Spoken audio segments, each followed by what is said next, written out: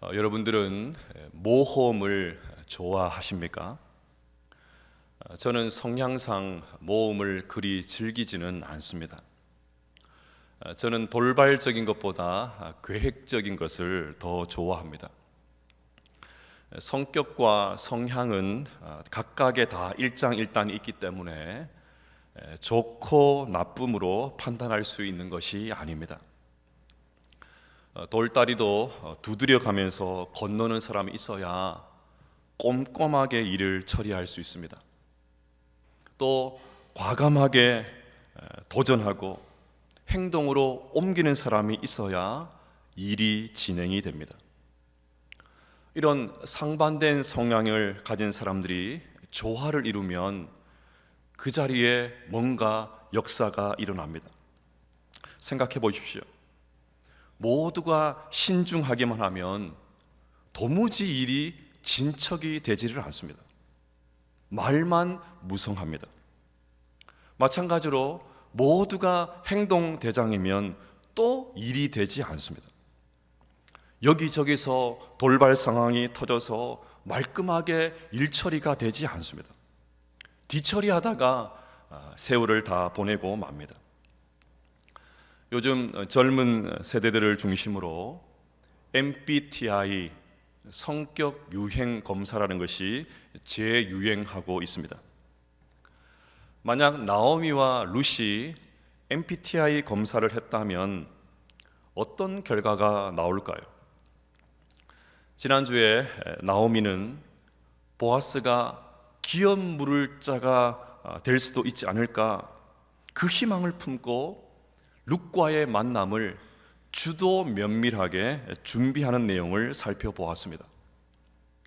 설정한 목표를 향해서 철저하게 준비하는 모습을 보면 나오미는 틀림없이 판단형 J일 것입니다. 그러면 룻은 어떨까요? 룻은 그런 나오미의 계획을 100% 순종했습니다. 5절과 6절 말씀을 보시면 룻이 시어머니에게 이르되 어머니의 말씀대로 내가 다 행하리이다 하니라. 그가 타작마당으로 내려가서 시어머니의 명령대로 다 하니라. 룻은 나오미의 계획을 듣고 내가 다 행하리이다 또 그렇게 말을 했고 실제로 그 명령대로 다 행했습니다. 아주 적극적으로 행동합니다. 그러니 아마 룻은 새로운 일을 겁내지도 않고 어떤 일이든 일단 시작부터 해보고 보는 인식형 P일 가능성이 높습니다. 그러니 나오미와 룻은 스포츠로 하면 환상적인 팀입니다. 코치 역할을 맡은 나오미는 아주 신중하게 계획을 세웁니다. 전체 시나리오를 머리에 넣고 치밀하게 준비합니다. 상대방의 동선과 상황을 파악해서 최적의 전술을 지시합니다. 또 선수인 룻은 코치를 전적으로 신뢰하고 그가 가르쳐준 전술에 따라서 철저하게 움직입니다. 그러니 일이 잘 될 수밖에 없지 않겠습니까? 지난주 우리는 여기까지 살펴보았습니다. 드라마로 따지면 결정적인 순간에 드라마 주제곡이 나오면서 드라마가 끝나는 것입니다. 우리는 룻기의 결말을 알고 있으니까 별다른 감흥이 없을지 모릅니다. 그러나 룻기를 처음 읽었던 구약의 성도들은 도대체 다음 이야기가 어떻게 진행될지 아마 숨지겨 기다렸을 것입니다. 우리식으로 하면 마치 목을 빼고 일주일 동안 다음 회차 드라마를 기다리는 것과 같습니다. 자, 그러면 나오미의 말에 순종해서 보아스의 침상으로 돌진에 들어간 룻은 어떻게 되었을까요? 먼저 7절을 보겠습니다. 보아스가 먹고 마시고 마음이 즐거워 가서 곡식 단 더미 끝에 눕는지라 룻이 가만히 가서 그의 발치 이불을 들고 거기 누웠더라. 오늘 본문의 배경은 타작마당입니다. 우리나라에서는 물레방아에서 역사가 많이 일어났는데 오늘은 타작마당입니다. 모든 농경사회가 그렇듯이 추수하고 타작하는 날은 잔칫날입니다. 1년 가운데 가장 바쁜 날입니다. 1년 내내 땀을 흘리고 수고한 곡식을 거두고 또 곡간에 드리는 날이니까 얼마나 기쁘겠습니까? 보아스도 역시 기분이 최고조였습니다. 잔치를 베풀고 너무 기쁜 나머지 방에 들어가서 자고 싶지 않았던 것 같습니다. 그래서 타작한 곡식 옆에 지프로 된 자리를 깔고 거기에 이불을 들고 덮고 잠이 들었습니다. 바로 그때 룻이 찾아와서 그의 발치 이불을 살짝 들어서 그 아래에 눕습니다. 여러분, 자다 보면 이리 뒤척 저리 뒤척 하지요. 또 야외에서 자는 것이니까 한기가 들었을지도 모르겠습니다. 어쨌거나 뒤척거리다가 발에 뭔가가 걸리적거립니다. 비몽사몽간에 일어나서 보니까 웬 여자가 누워 있습니다. 얼마나 놀랐을까요? 심장이 멎지 않았을까요? 아마 틀림없이 오줌을 지렸을 것입니다. 8절을 보시면 밤중에 그가 놀라 몸을 돌이켜 본즉 한 여인이 자기 발치에 누워 있는지라. 여기서 놀랐다는 말은 원어로 떨다라는 뜻입니다. 너무 막 소스라치게 놀라서 몸을 부르르 떠는 그런 모습을 연상하면 됩니다. 물체도 식별하기 어려운 그 야심한 밤에 웬 여자가 떡하니 누워 있으니까 이렇게 두렵고 떠는 것은 너무나도 당연하죠. 머리카락이 한껏 하늘로 솟구쳐지고 등에는 식은 땀이 줄줄 흐르고 심장은 마구 요동쳤을 것입니다. 여러분, 놀라면 제일 먼저 나오는 말이 뭡니까? 교회 다니시는 분들은 주여 이렇게 하실 건데, 놀라면 제일 먼저 누구냐 그러지 않겠습니까? 보아스도 너무 놀란 나머지 거의 본능적으로 누구냐 소리를 쳤습니다. 이때 룻이 하는 말이 중요합니다. 9절을 같이 한번 읽어보겠습니다. 시작. 이르되 내가 누구냐 하니 대답하되 나는 당신의 여정 룻이오니 당신의 옷자락을 펴 당신의 여정을 덮으소서. 이는 당신이 기업을 물을 자가 됨이니이다 하니. 아멘. 룻은 자기를 소개하면서 제일 먼저 당신의 여정 룻이라고 합니다. 룻은 2장 13절에서 이미 비슷한 말을 한 적이 있습니다. 룻이 이르되 내 주여 내가 당신께 은혜 입기를 원하나이다. 나는 당신의 하녀 중에 하나와도 같지 못하오나 당신이 이 하녀를 위로하시고 마음을 기쁘게 하는 말씀을 하셨나이다 하리라. 2장에서 룻은 자신을 하녀라고 했는데 3장에 와서는 여종이라고 합니다. 하녀나 여종이나 그 말이 아닌가 생각할 수 있지만 그렇지가 않습니다. 여종이라는 말은 아내, 첩으로 번역을 할 수도 있습니다. 지금 룻은 의도적으로 여종이라는 단어를 선택을 했습니다. 그러니 룻은 보아스에게 이렇게 말하는 셈입니다. 나는 지금 더 이상 당신의 밭에서 이삭을 줍는 하녀가 아니라 결혼 상대자로 당신을 찾아왔습니다. 이렇게 말하는 것입니다. 그전에는 하녀였을지 몰라도 지금은 결혼 상대자로 당신 앞에 섰습니다. 그 말입니다. 둘째로 룻은 당신의 옷자락을 펴 당신의 여정을 덮으소서라고 했습니다. 이 말은 당시 유대인들이 청혼할 때 단골로 쓰는 말이었습니다. 에스겔서를 보면 하나님께서 이스라엘 백성들과의 관계를 결혼으로 말씀하시면서 이렇게 말씀하셨습니다. 내가 내 곁으로 지나며 보니 내 때가 사랑을 할 만한 때라. 내 옷으로 너를 덮어 벌거벗은 것을 가리고 내게 맹세하고 언약하여 너를 내게 속하게 하였느니라. 나 주 여호와의 말이니라. 그러니 지금 룻은 저와 결혼해 주세요, 아주 당돌하게 청혼을 하고 있는 것입니다. 세 번째로 룻은 당신이 기업 물을 자가 됨이니이다 라고 했습니다. 지난주에 말씀드린 대로 기업 물을 자는 히브리어로 고엘이라고 하고 풀어서 번역을 하면 누군가를 대신해서 값을 지불해 주는 사람, 그런 뜻을 가지고 있습니다. 고엘에 대해서 레위기 25장에 잘 나와 있습니다. 토지를 영구히 팔지 말 것은 토지는 다 내 것임이니라.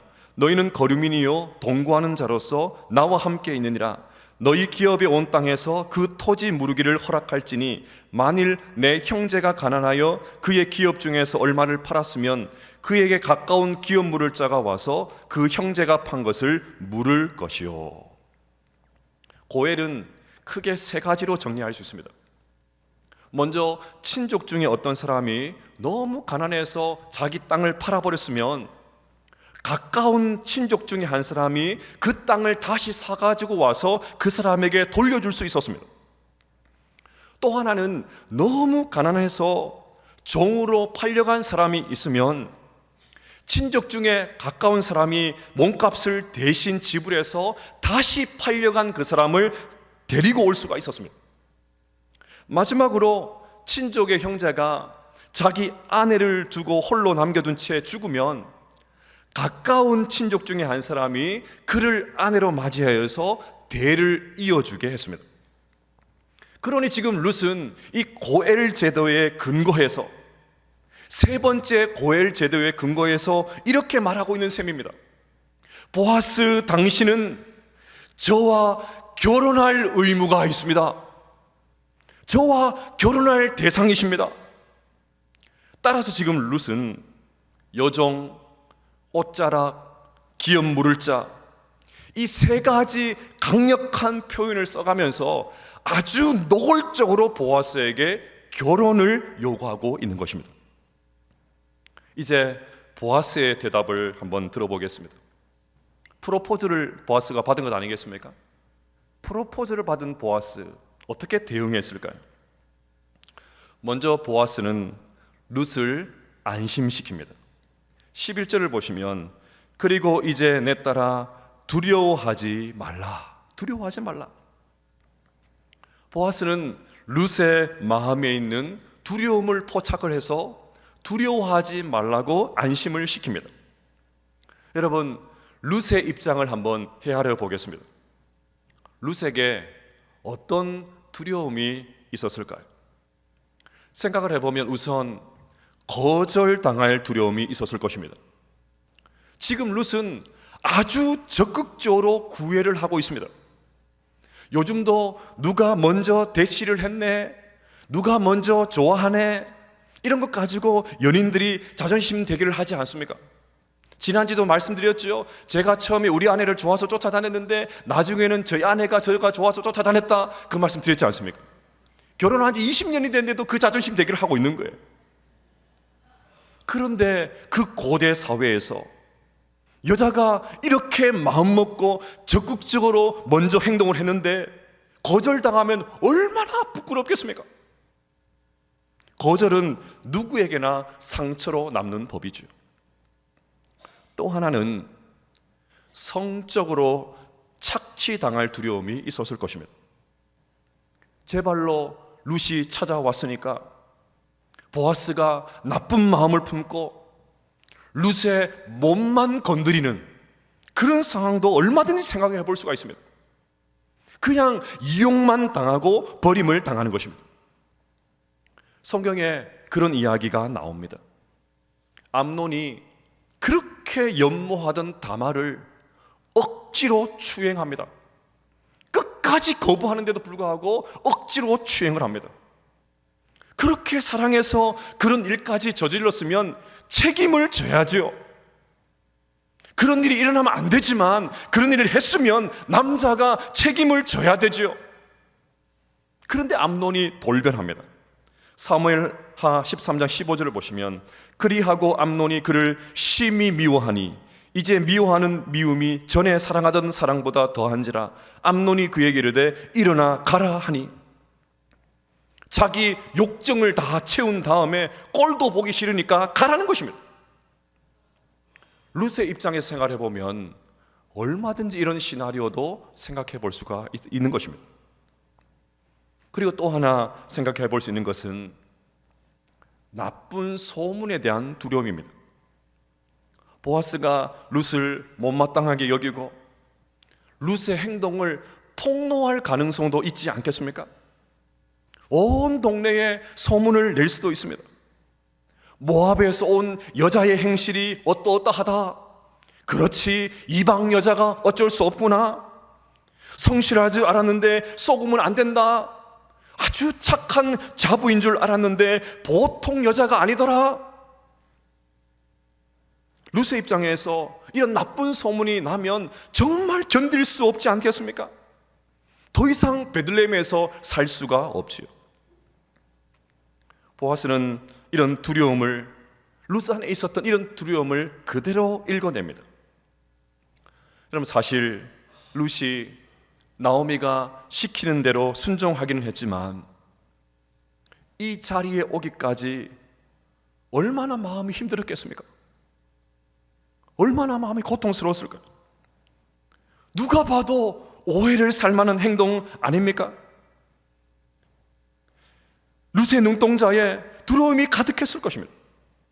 그래서 보아스가 두려워하지 말라고 하면서 룻의 마음을 안심시켰던 것입니다. 정말 멋진 남자죠. 남자인 제가 봐도 너무너무 매력적입니다. 여자는 이런 남자와 결혼을 해야 됩니다.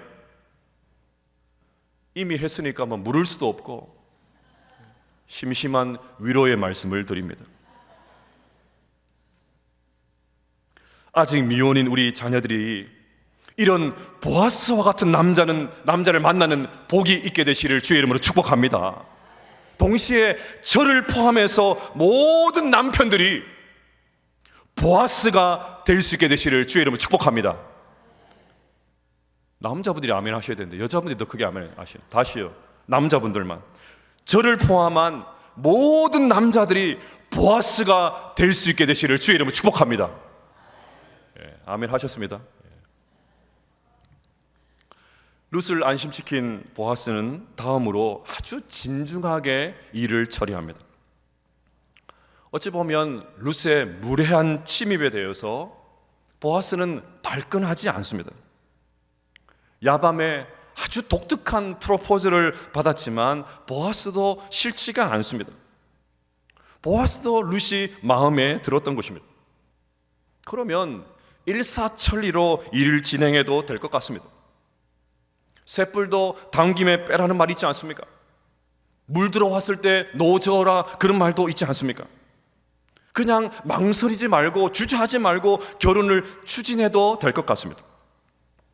하지만 보아스는 진중하게 일을 처리합니다. 왜냐하면 자기보다 더 가까운 친족이 있었기 때문입니다. 12절을 보시면 참으로 나는 기업을 물을 자이나 기업 물을 자로서 나보다 더 가까운 사람이 있으니. 보아스는 서두르지 않습니다. 좋은 감정을 확인했다는 이유로 무조건 밀어붙이지도 않습니다. 예기치 않은 복이 굴러 들어왔다고 흥분하지도 않습니다. 사랑이 아무리 좋아도 일의 순서가 있었습니다. 우선권을 가진 사람이 있으니까 그 사람에게 먼저 의향을 물어보려고 합니다. 여기서 보아스의 성품이 그대로 드러납니다.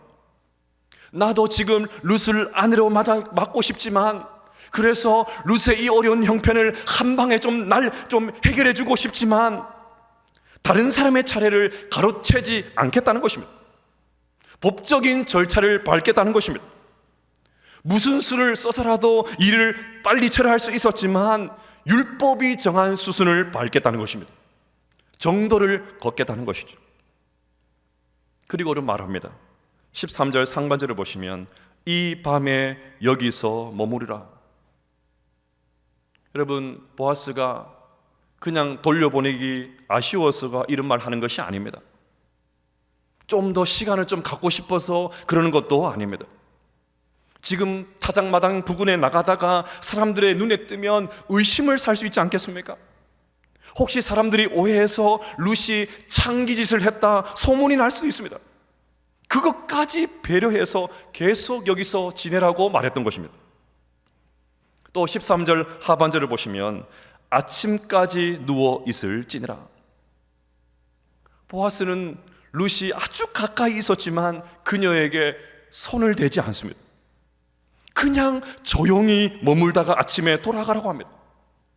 보아스는 무례하게 행동하지 않습니다. 절제를 아는 남자였습니다.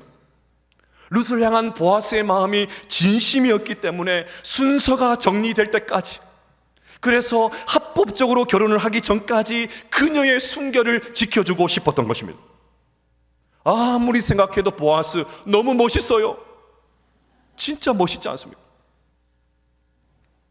이렇게 룻을 안심시키고 진중하게 일을 진행시킨 보아스가 마지막으로 약속합니다. 우리 13절 말씀을 같이 한번 읽어보십시다. 시작. 아침에 그가 기업 물을 자의 책임을 내게 이행하려 하면 좋으니 그가 그 기업 물을 자의 책임을 해갈 것이니라. 만일 그가 기업 물을 자의 책임을 내게 이행하기를 기뻐하지 아니하면 여호와께서 살아계심을 두고 맹세하노니 내가 기업 물을 자의 책임을 내게 이행하리라. 아멘. 율법에 정해진 절차를 따라서 수순을 밟아서 자기까지 순서가 오면 반드시 내가 기업 물을 자의 책임을 이행하겠다고 약속합니다. 그러면서 서약하듯이 말을 합니다. 여호와께서 살아계심을 두고 맹세하노니. 이 말 그대로 이후의 내용을 보면 보아스가 결국 기업 물을 자의 책임을 다하게 됩니다. 일전에도 말씀드린 대로 이 사사시대에 보아스와 같은 신실한 하나님의 사람이 있었다는 것이 너무나도 큰 도전이 됩니다. 하나님은 그렇게 그 어두운 시대였지만 보아스와 같은 사람을 통해서 하나님의 구원 역사를 펼쳐나가기를 원하셨던 것입니다. 그런데 여러분, 저는 오늘 본문을 보면서 한 가지 질문이 들었습니다. 보아스가 이렇게 위대한 하나님의 사람이었는데, 이렇게 매력적인 사람이었는데, 교회 안에 보아스라는 이름을 찾아보기가 어렵습니다. 자녀의 이름 가운데 보아스 이름 보신 적 있습니까? 요셉, 다윗, 다니엘, 에스더 뭐 이런 이름은 있는데 보아스라는 이름이 없습니다. 저는 지금까지 보아스라는 이름을 딱 한 명 봤습니다. 저와 함께 사역했던 우리 후배 목사님과 목사님의 이름이 보아스였습니다. 그것 말고는 한 번도 본 적이 없어요. 여러분도 아마 별로 들어보지 못하셨을 것입니다. 이것은 비단 우리만 그런 게 아닙니다. 성경에도 보아스라는 이름을 가진 사람은 오늘 본문에 나오는 보아스밖에 없습니다. 여러분, 심지어 보아스라는 이름의 뜻은 그에게 능력이 있다라는 뜻입니다. 여기서 말하는 그는 하나님이죠. 얼마나 좋은 이름의 뜻입니까? 이름의 뜻도 좋고 그의 행실도 보면 하나님의 성품을 너무나도 많이 닮아 있습니다. 그런데도 보아스라는 이름이 이렇게 희귀한 이유가 뭘까요? 자식들의 이름을 보아스라고 짓지 않는 이유가 뭘까요? 유대인들은 너무 신성한 이름은 함부로 잘 부르지를 않았습니다. 성경을 읽다가 하나님의 이름이 나오면 그냥 부를 수가 없어서 그냥 야훼라고 했습니다. 성경을 필사하던 사람들은 필사하는 중에 하나님의 이름이 나오면 샤워를 하고 다시 돌아와서 필사를 이어갔습니다. 보아스라는 이름이 딱 한 번밖에 나오지 않은 이유도 이런 측면에서 접근할 수 있지 않을까 그런 생각을 해보게 됩니다. 그런데 여러분, 성경에서 보아스라는 이 말이 룻기 말고 나오는 것이 딱 두 군데가 있습니다. 열왕기상 7장하고 역대하 3장에 가면 보아스가 나옵니다. 똑같은 내용이에요. 동일한 내용이니까 역대하 3장 17절만 한번 같이 읽어보겠습니다. 시작. 그 두 기둥을 성전 앞에 세웠으니 왼쪽에 하나요 오른쪽에 하나라. 오른쪽에 있는 것은 야긴이라 부르고 왼쪽 것은 보아스라 불렀더라. 아멘. 여기에 보아스라는 말이 나오죠. 솔로몬이 성전을 다 지은 다음에 기념으로 성전 앞에 두 기둥을 세웠습니다. 오른쪽에는 야긴이라는 기둥을 세웠고 왼쪽에 보아스라는 기둥을 세웠습니다. 야긴은 그가 세우신다라는 뜻이고 보아스는 앞에서 말씀드린 대로 그에게 능력이 있다라는 뜻입니다. 여기에 솔로몬의 신앙 고백이 담겨 있습니다. 이 성전은 하나님께서 세우셨기 때문에 앞으로도 계속 하나님께서 세워가실 것이고 하나님의 능력으로 지키고 보호하실 것이다. 그 기둥에 솔로몬의 신앙 고백을 담았던 것입니다. 그런데 여러분, 지혜의 왕으로 불린 솔로몬이 보아스가 자신의 고조 할아버지가 된다는 것을 몰랐을까요? 그것은 불가능하죠.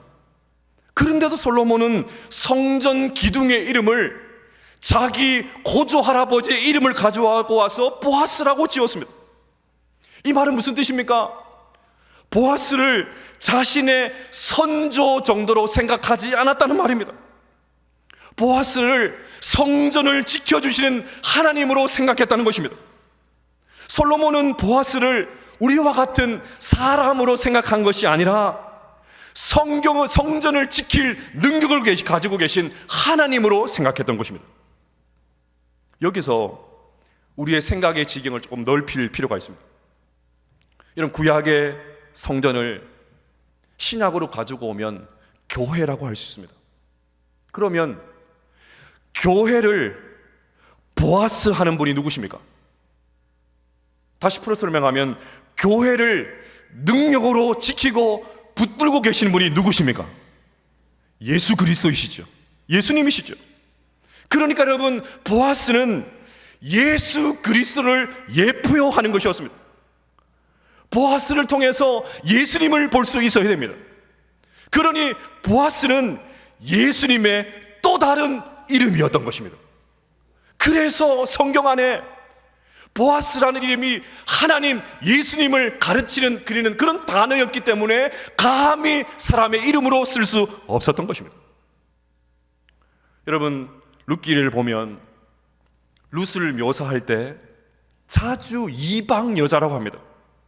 이방 여자 룻이라고 하는 것을 강조합니다. 도무지 룻이 자격이 없다는 말입니다. 하나님의 백성이 아니라는 말입니다. 하나님의 은혜를 받을 사람이 아니라는 것입니다. 어떤 하나님의 은혜도 기대할 수 없다는 것입니다. 그런데도 그런 그에게 보아스가 고엘이 되어 주었습니다. 보아스가 값을 지불해 주었습니다. 여러분, 우리도 마찬가지지 않습니까? 죄악으로 말미암아 평생 마귀에게 종노릇하면서 아무런 소망이 없던 우리를 예수 그리스도께서 자기 자신으로 지불해 주심으로 우리의 고엘이 되어 주셨습니다. 십자가에서 핏값으로 그 대속의 사랑으로 절망의 그 죽음의 고통에서 허우적거리는 우리를 건져 주셨습니다. 우리 주님이 우리를 위해서 친히 기업 물을 자의 책임을 이행해 주셨습니다. 그러니 여러분, 지금 보아스가 내가 기업 물을 자의 책임을 이행하리라, 이 말은 사실은 예수님의 말씀이었습니다. 내가 때가 되면 반드시 기업 물을 자의 책임을 이행하리라, 주님의 말씀이었던 것입니다. 앞서서 보아스가 룻에게 두려워하지 말라고 하면서 안심시킨 것을 살펴보았습니다. 여러분, 부활하신 예수님께서 뿔뿔이 흩어진 제자들을 찾아와 주셔가지고 제일 먼저 하신 말씀이 두려워하지 말라였습니다. 누가복음 2장 24장 30절을 보시면 예수께서 친히 그들 가운데 서서 이르시되 너희에게 평강이 있을지어다 하시니, 예수님은 제자들의 잘못을 지적하고 그것을 들추어내지 않으셨습니다. 두려워 떨고 있는 제자들의 마음을 먼저 헤아리셔서 너희에게 평강이 있을지어다, 두려워하지 말라, 주님께서 말씀하셨습니다. 그 옛날 보아스가 룻의 고엘이 되어 주었습니다. 그 텅 빈 인생을 채워 주었습니다. 예수님께서 두려워 떨던 제자들의 그 마음에 찾아와 주셔서 평강을 주셨습니다. 그 주님께서 우리와 함께 계시는 줄로 믿습니다. 임마누엘 되시는 줄로 믿습니다. 예수님이 우리의 생명의 떡이십니다. 예수님께서 영원히 목마르지 않는 생수가 되십니다. 우리의 고일이 되어주신 그 주님께서 당신의 능력으로 우리를 풍성하게 채워주실 줄로 믿습니다. 그러니 여러분, 예수님의 이름을 부르십시오. 마음껏 주님의 이름을 부르십시오. 있는 힘을 다해 소리를 높여서 주님의 이름을 불러보십시오. 룻이 보아스에게 달려갔던 것처럼 주님의 품으로 달려가십시오. 반드시 우리 주님께서 붙들어 주실 것입니다. 따라 두려워하지 말라, 주님의 음성을 들려주실 것입니다. 우리의 고일이 되어주시고 기업 물을 자의 책임을 성실하게 이행해 주신 주님께서 계속해서 우리의 삶을 인도해 주실 줄로 믿습니다. 우리의 고일이 되어주신 우리 주님의 은혜와 평강이 오늘 예배 참석하신 우리 모든 성도의 10년 가운데 넘쳐나게 되시기를 주님의 이름으로 축복합니다.